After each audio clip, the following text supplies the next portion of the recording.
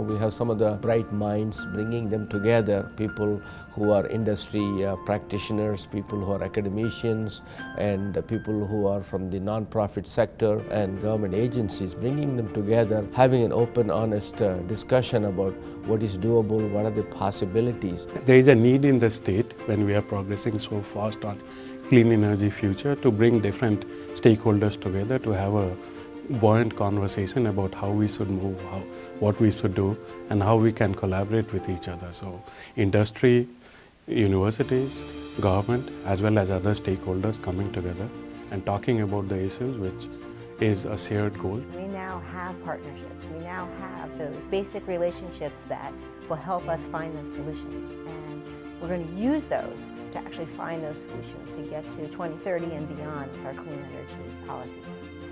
CESAC is really living up to one of its strategic goals, which is to engage with the community.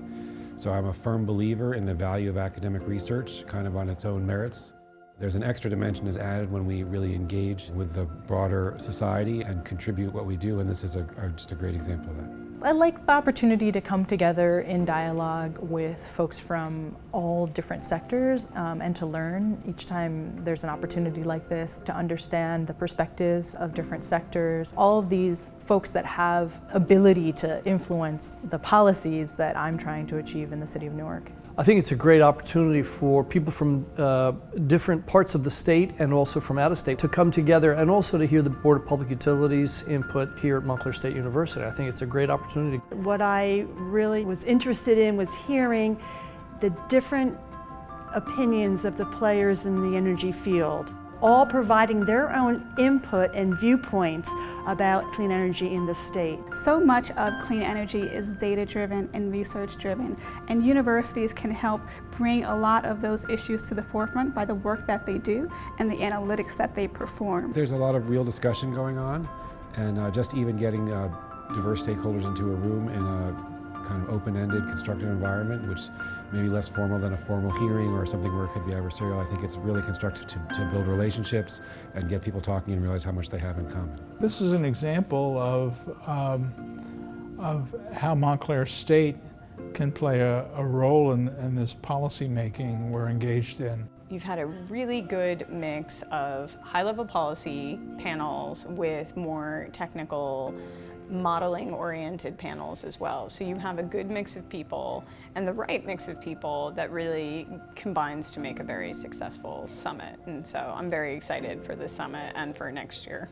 We have a new administration in the state of New Jersey with some very strong ideas in terms of policy and how to move forward and push forward more aggressively towards a cleaner environment and cleaner energy. Well, this summit was so meaningful to me because it opened my eyes into an area that I didn't think existed. You know, we always look for individuals who have the skill sets from an economic standpoint, from just a technical standpoint, but then also from an organization who gets it, who understand that there is a crisis. There's a crisis right now. And the way that the summit was laid out, it identified what the problem was, and it had individuals who had real solutions.